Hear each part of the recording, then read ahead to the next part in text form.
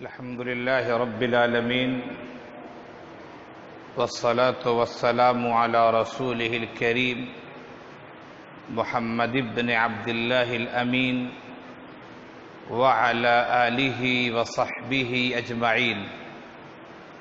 أما بعد، فإن سيدنا وحبيبنا وقدوتنا ونور عيوننا ونور بصيرتنا وبصائرنا محمد بن عبد الله الأمين يقول في حديثه المبارك الكريم: من أصبح منكم آمنا في سربه معافا في جسده وعنده قوت يومه كأنما حيزت له الدنيا، أو كما قال عليه الصلاة والسلام. رواه الإمام الترمذي في سننه، وكذلك رواه الإمام البخاري في الأدب المفرد، وحسنه الشيخ الألباني في سلسلة الأحاديث الصحيحة. میرے عزیز طلباء، نوجوان دوستوں اور ساتھیوں، میرے عزیز بچوں اور میرے دینی بھائیوں، اللہ تعالیٰ نے ہم لوگوں پر بہت سارے احسانات کیے ہیں۔ اللہ تعالیٰ کے اتنے احسانات ہیں کہ آپ گننا چاہے تو گن نہیں سکتے ہیں۔ یہ بات خود قرآن کریم نے کہی ہے، وَإِن تَعُدُّوا نِعْمَةَ اللَّهِ لَا تُحْصُوهَا۔ اگر تم اللہ کی نعمتوں کو شمار کرنا چاہو تو شمار نہیں کر سکتے۔ اور سورہ رحمان میں اللہ تعالیٰ نے بار بار کہا ہے، فَبِأَيِّ آلَاءِ رَبِّكُمَا تُكَذِّبَانِ۔ اے انسانوں، اے جناتوں، تم اپنے رب کی کن کن نعمتوں کو جھٹلاؤ گے؟ تم اپنے رب کے کن کن احسانات کو جھٹلاؤ گے؟ تم اپنے رب کے کن کن انعامات کو جھٹلاؤ گے؟ ایک انعام ہو تو اسے چھوڑا جا سکتا ہے، بھولا جا سکتا ہے، یہاں تو سراپا انعام ہی انعام ہے۔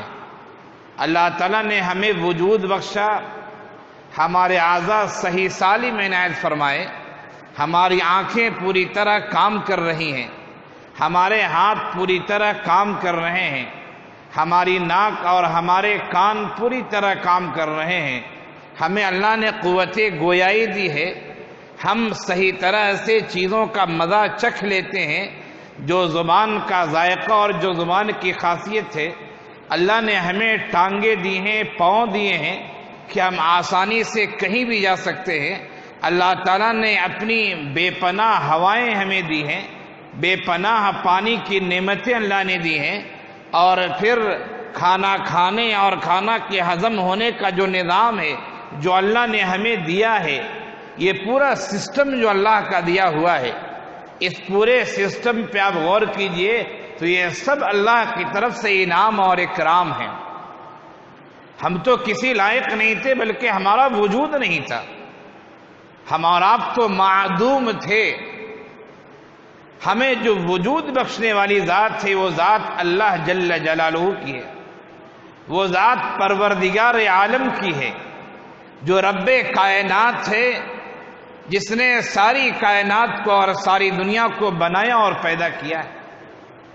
تو ہم اپنے رب کے کن کن احسانات کا انکار کریں اور کن کن احسانات سے مکریں گے؟ اتنی نعمتیں ہیں، اتنے انعامات ہیں، اتنے احسانات ہیں کہ اس کا ہم اور آپ حساب بھی نہیں لگا سکتے۔ اگر اللہ کی نعمتوں کو ہم شمار کرنا چاہیں، شمار نہیں کر سکتے ہیں۔ یہ قرآن کریم نے صراحتاً کہا ہے، وضاحتاً کہا ہے۔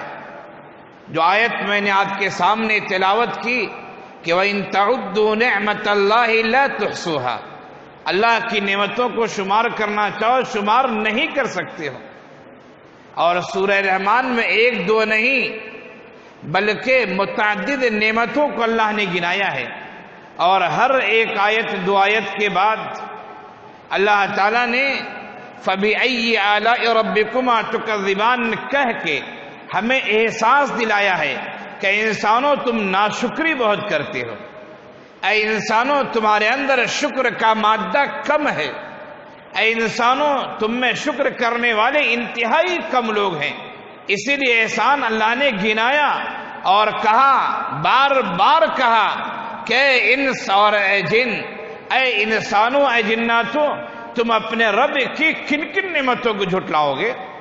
خلاصہ کلام یہ کہ دوستو، اللہ تعالیٰ کی ایک دو نہیں ہزارہا نعمتیں، ہزارہا نہیں اگر کہا جائے تو زندگی کا ہر پل، زندگی کا ہر لمحہ اور زندگی کا ہر سیکنڈ اللہ کی طرف سے نعمت ہے۔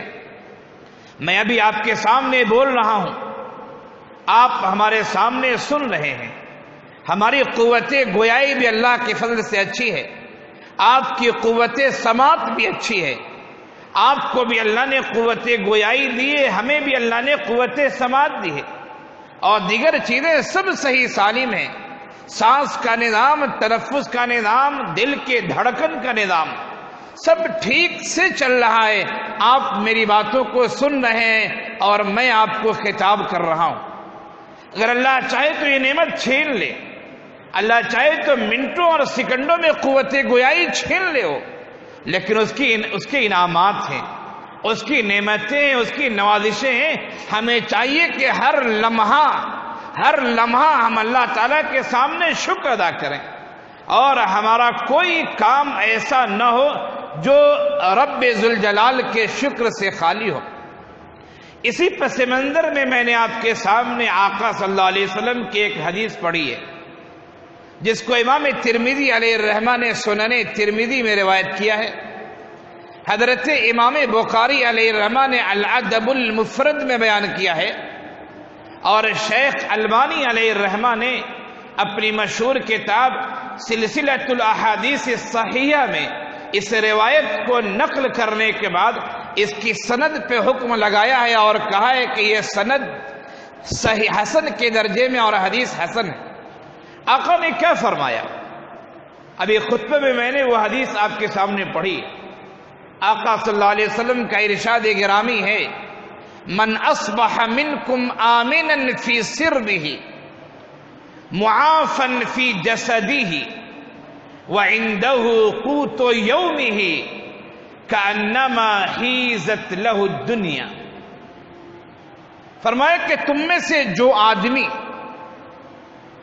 اس حالت میں وہ اپنے گھر میں، اپنے آل و اولاد کے درمیان، اپنے بال بچوں کے درمیان صبح کرتا ہے کہ اسے اطمینان نصیب ہے، اسے امن و سکون نصیب ہے۔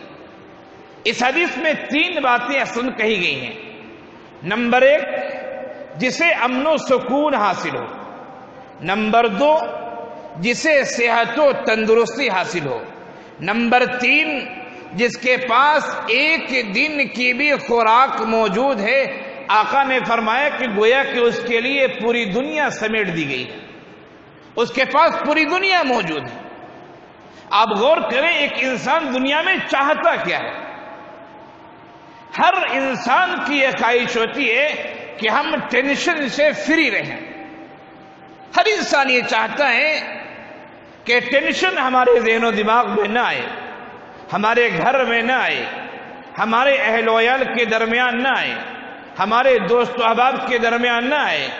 اور اگر آگے بڑھ کے کہا جائے اور انسان کا ذہن اگر وسیع ہے تو انسان یہ سوچے گا کہ ہمارے ملک میں بھی ٹینشن نہ آئے۔ ٹینشن سے جو اعتدال کی حالت ہوتی ہے وہ خراب ہو جاتی ہے۔ ایک انسان صحیح ہے، بھلا مانوس ہے، اور وہ پڑھ رہا ہے، لیکن اچانک اس کے پاس ایسی خبر آئی کہ جس کی وجہ سے اس کا دل دھڑک گیا، جس کی وجہ سے وہ پریشان ہو گیا۔ پھر پڑھنے میں جیسے اس کا ذہن لگنا چاہیے اس کا ذہن نہیں لگتا، اور پھر وہ ٹینشن کا شکار ہو جاتا ہے، وہ فکر مند ہو جاتا ہے۔ وہ افکار و خیالات کی دنیا میں کھو جاتا ہے، وہ سوچنے لگتا ہے کہ آخر اس مصیبت کو دور کیسے کیا جائے، اس پریشانی کو ختم کیسے کیا جائے، وہ فکر مند ہو جاتا ہے۔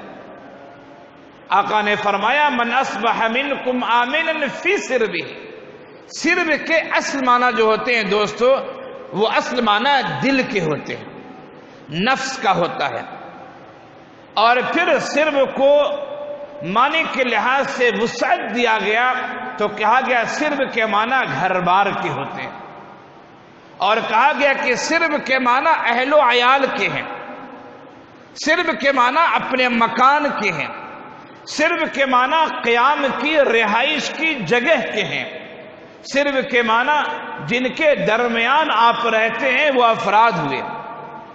من اصبح منکم آمنا فی سربہ، جو آدمی اپنے دل میں، اپنے گھر میں، اپنے آل و اولاد کے درمیان، اپنے اہل و عیال کے درمیان، اپنی رہائش کی جگہ پہ، اپنے قیام کی جگہ پہ جو آدمی صبح کرتا ہے، کس حالت میں کہ وہ امن و سکون کی حالت میں ہے، نہ اسے اپنی ذات کا ٹینشن ہے، نہ اسے اپنی آل و اولاد کا ٹینشن ہے، نہ اس کو اپنے بیوی بال بچوں کا ٹینشن ہے، نہ اسے اپنے بھائی بہن کا ٹینشن ہے، نہ اسے اپنے والدین کا ٹینشن ہے، نہ اسے اپنے گھر کے کسی کام کاج کا ٹینشن ہے، بلکہ اللہ نے اسے امن کی زندگی دی ہے، اللہ نے اسے سکون کی زندگی دی ہے۔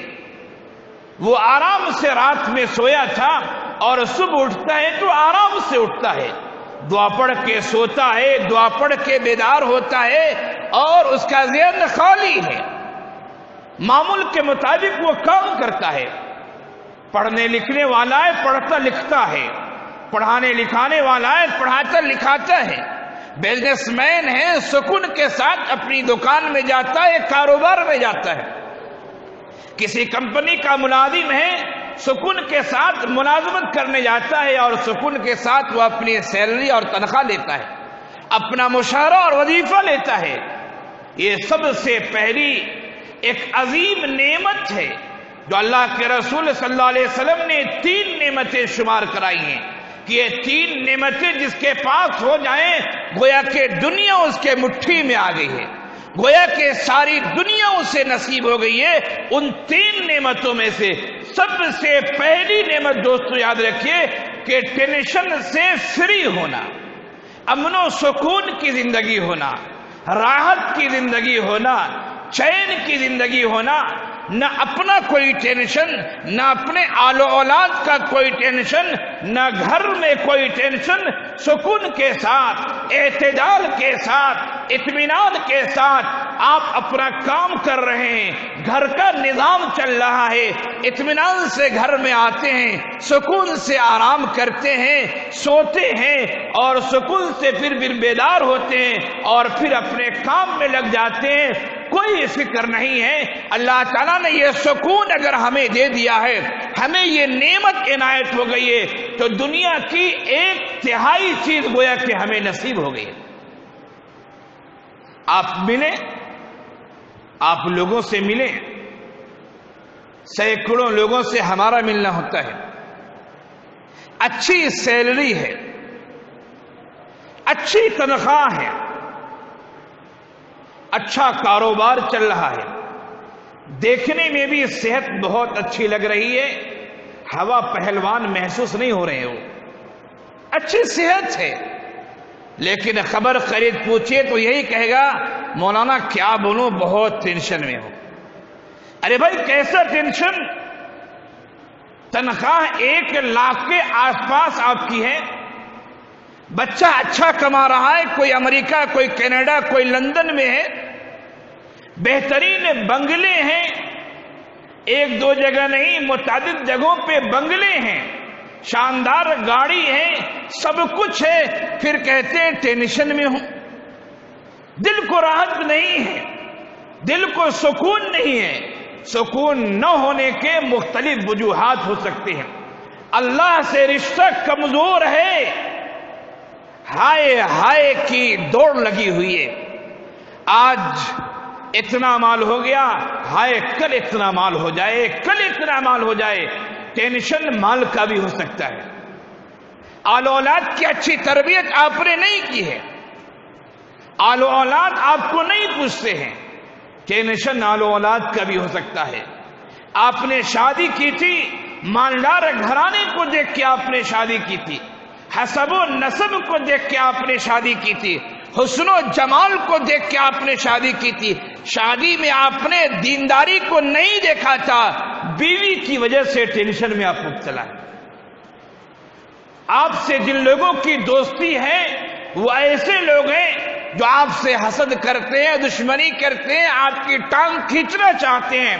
دوست و احباب کی جانب سے ٹینشن ہے۔ ٹینشن کے مختلف وجوہات ہو سکتے ہیں۔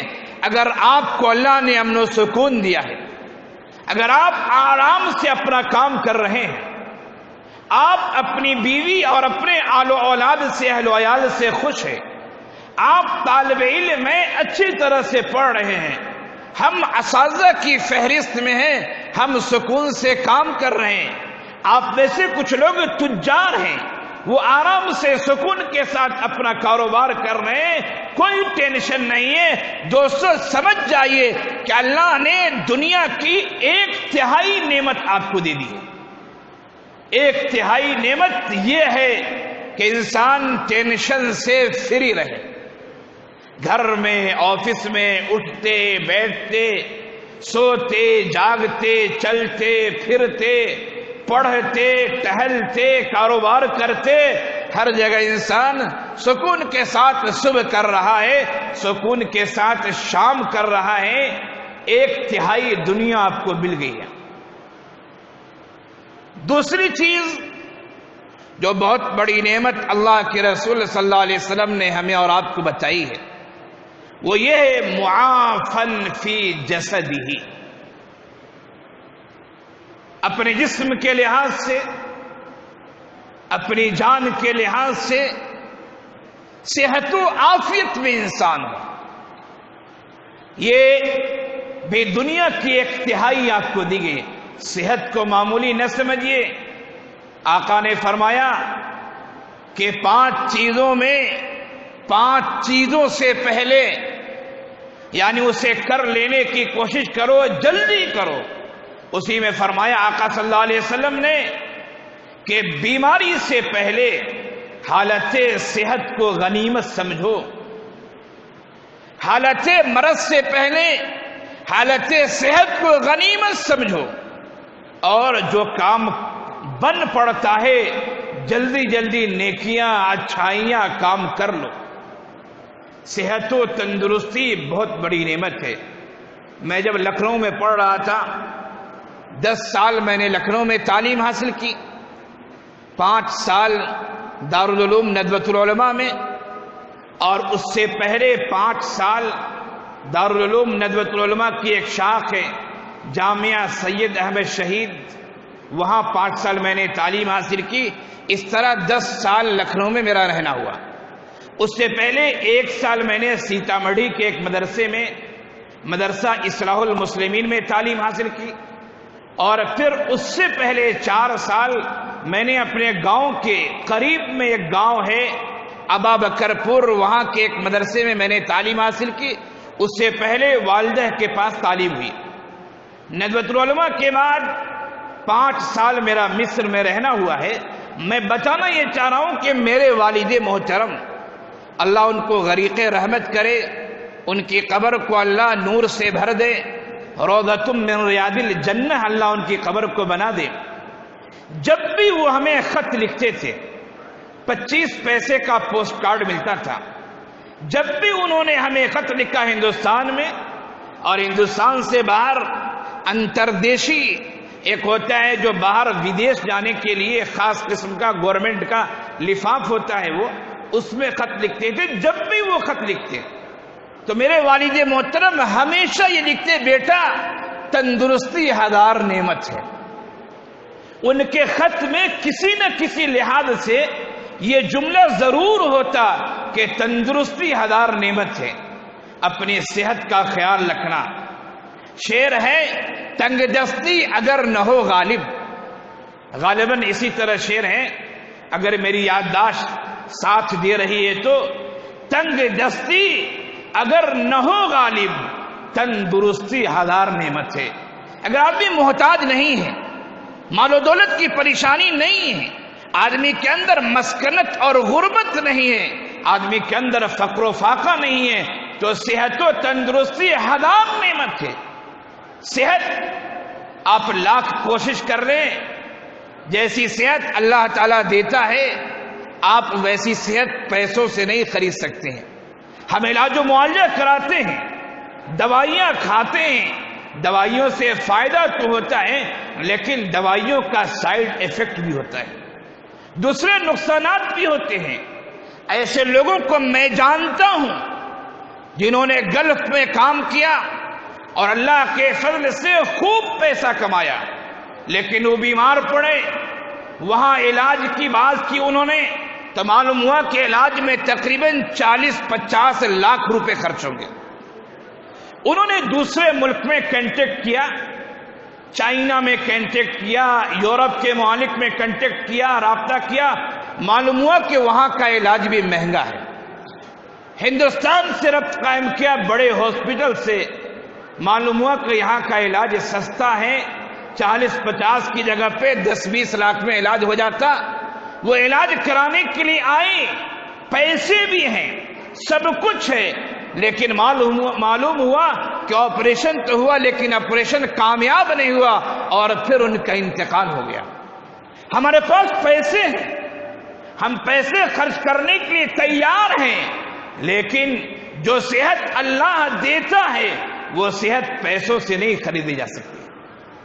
علاج کرانا ہے، بیمار پڑے علاج کرانا ہے، وہ بھی شریعت کا حکم ہے، لیکن اگر اللہ نے بیماری سے پہلے آپ کو صحت دے رکھی ہے، اس صحت کی قدر کیجیے، اس صحت کو غنیمت جانیے، اور اگر خدا نخواستہ بیمار پڑے، بیماریاں آتی ہیں تو پھر علاج کرائیں، پھر صحت ملے، اللہ کا شکر ادا کیجیے۔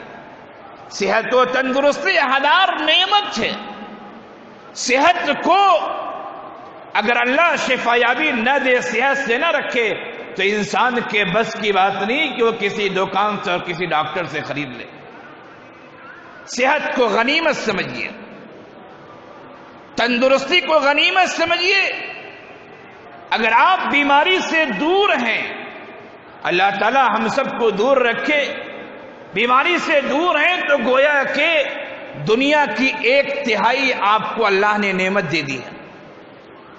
اور فرمایا تیسری چیز، وَعِنْدَهُ قُوتُ يَوْمِهِ، ایک دن کی خوراک اگر ہمارے پاس موجود ہے، ہمیں خوش ہونا چاہیے کہ اللہ تعالیٰ نے صبح میں کھلایا تھا، شام کی خوراک اللہ نے دے رکھی ہے۔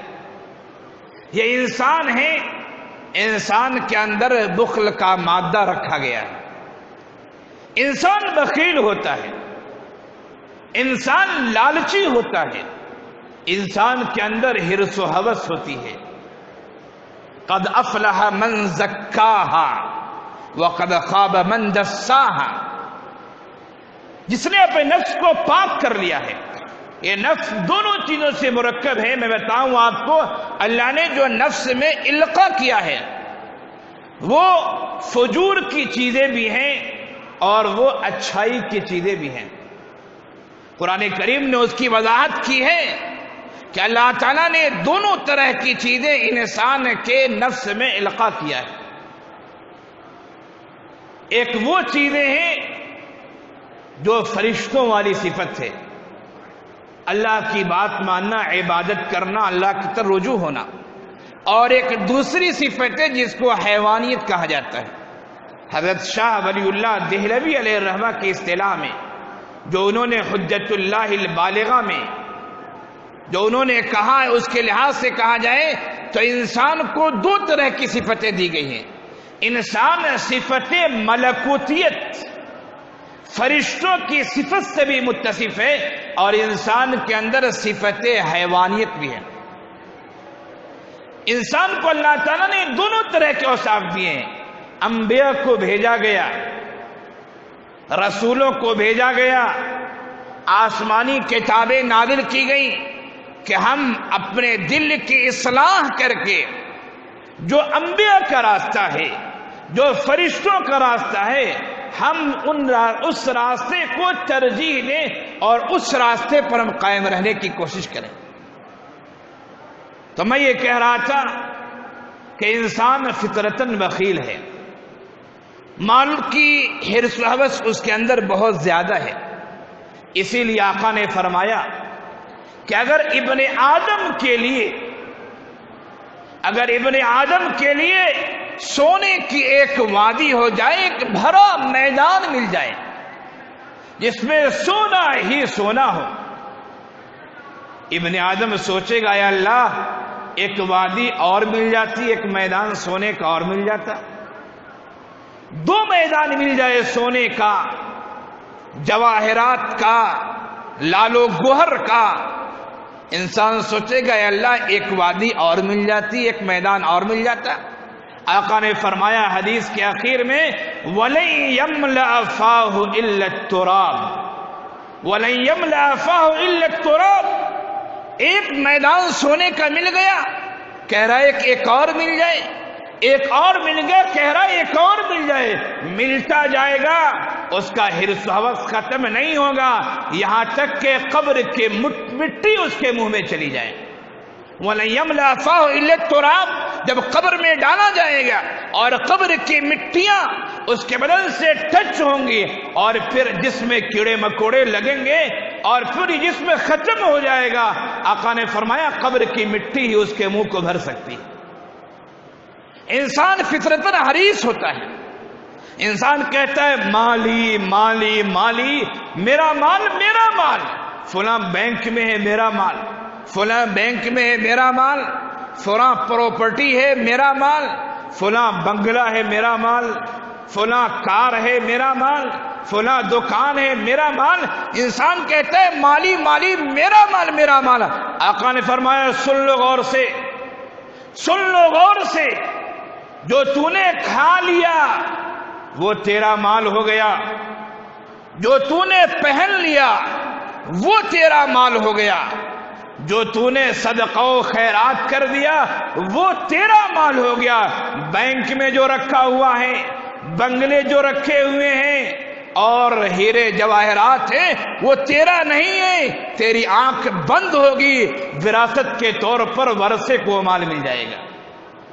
تو کہہ رہا تھا میرا مال میرا مال، نہیں نہیں تیرا مال نہیں ہے، کھا لیتا ہے تیرا مال ہو گیا، پہن لیتا ہے تیرا مال ہو گیا، اللہ کے راستے میں خرچ کر دیا تیرا مال ہو گیا، بقیہ مال کو تو دیکھتا ہے خوش ہوتا ہے، بس خوش ہوتا رہ، وہ تیرا مال نہیں ہے۔ میں یہ کہہ رہا تھا ایک دن کی روزی اگر ہمارے پاس کی، شرعی اعتبار سے، فقہی اعتبار سے، آپ 1 مہینہ نہیں 1 سال کی بھی روزی روٹی کا انتظام کر کے رکھ سکتے ہیں، اس سے زائد بھی رکھ سکتے ہیں، فقہاً شرعاً گنجائش ممانعت نہیں ہے، لیکن اگر کوئی ایسا آدمی ہے کہ اس کے پاس صرف شام کا کھانا ہے، شام کرتا ہے صرف صبح کا کھانا ہے، اسے بھی اپنے آپ کو غریب نہیں سمجھنا چاہیے، اسے بھی اپنے آپ کو فقیر نہیں سمجھنا چاہیے۔ کیا معلوم آپ کے پاس صبح کا ناشتہ موجود ہے، آپ سمجھ رہے ہیں کیا کھاؤں گا دوپہر میں، ابھی صبح آئی نہیں، آپ کو دوپہر کی فکر ہے، رات میں آپ سوئے، اللہ نے آپ کی روح قبض کر لی، دوپہر کا کھانا کیا ناشتہ بھی آپ نہیں کر سکے، آپ نے صبح کی ہے، اچھی حالت میں آپ نے ناشتہ کیا ہے، پیٹ بھر کر ناشتہ کیا ہے، آپ کے پاس دوپہر کا کھانا موجود ہے، آپ فکر مند ہیں شام میں کیا کھاؤں گا، ارے بھائی شام تک تو زندہ رہے گا تب شام کی باری آئے گی نا، ہو سکتا ہے تو دوپہر سے پہلے اٹھا لیا جائے، شام کی باری کہاں آئے گی۔ آقا نے فرمایا کہ اگر تم لوگ اللہ پر توکل اور بھروسہ کرو اور بھروسہ کر کے معاش کے رزق کی تلاش میں نکلو، پرندے اپنے گھونسلوں سے خالی پیٹ نکلتے ہیں، پرندے اپنے گھونسلوں سے خالی پیٹ نکلتے، لیکن شام میں جب پرندے آتے ہیں گھر، پیٹ بھرا ہوا ہوتا ہے۔ فرمایا اگر تم لوگ اللہ تعالیٰ پر ویسا بھروسہ اور اعتماد کرو تو اللہ تعالیٰ تمہیں رزق دے گا۔ تم اسباب اختیار کرو، وسائل اختیار کرو، ہاتھ پر ہاتھ دھرے مت بیٹھے رہو، یہ شریعت نہیں سکھاتی ہے، محنت کرو اللہ تعالیٰ ضرور دے گا۔ تو یہ تین چیزیں جس کے اندر ہو گئی مولوی صاحب، کون چیزیں؟ نمبر ایک کہ اللہ تعالیٰ نے ہمیں امن و سکون عنایت فرما دیا۔ نمبر دو، جسم و جان کے لحاظ سے اللہ نے ہمیں صحت و تندرستی دی۔ نمبر تین کہ اللہ نے ہمارے پاس ایک دن کی خوراک، ایک دن کی غذا دے رکھی ہے۔ آقا نے فرمایا گویا پوری دنیا اس کی مٹھی میں آ گئی۔ روایت کے الفاظ ہیں جس کو میں نے شروع میں پڑھا تھا، پھر دہراتا ہوں۔ آقا نے فرمایا من اصبح منکم آمنا فی سربہ معافا فی جسدہ وعندہ قوت یومہ کانما حیزت لہ الدنیا۔ جس نے اپنے گھر بار میں، اپنے آل و اولاد کے درمیان، اپنے قیام اور رہائش کی جگہ پہ، اپنے بال بچوں کے درمیان اطمینان و سکون کے ساتھ، بغیر کسی ٹینشن کے، اطمینان کے ساتھ صبح اس نے کی ہے، جسم و جان کے لحاظ سے وہ انسان صحت مند ہے، اس کے پاس ایک دن کی خوراک موجود ہے، پوری دنیا ہماری مٹھی میں آ گئی ہے، اللہ نے پوری دنیا کو ہمارے سامنے رکھ دیا ہے۔ انتہائی اہم حدیث ہے۔ اب اللہ کی نعمتوں کو یاد کرنے کے لیے، اللہ کی نعمتوں کو سمجھنے اور جاننے کے لیے، اور اللہ کا شکر ادا کرنے کے لیے یہ روایت امام ترمذی نے اپنے سنن میں بھی بیان کیا، حضرت امام بخاری نے الادب المفرد میں بھی بیان کیا، اور اس روایت پہ بعض لوگوں نے کلام کیا، لیکن روایت حسن درجے کی ہے، جیسا کہ شیخ البانی نے اپنی کتاب سلسلۃ الاحادیث الصحیحہ میں اس کو حسن درجے کی روایت قرار دیا ہے۔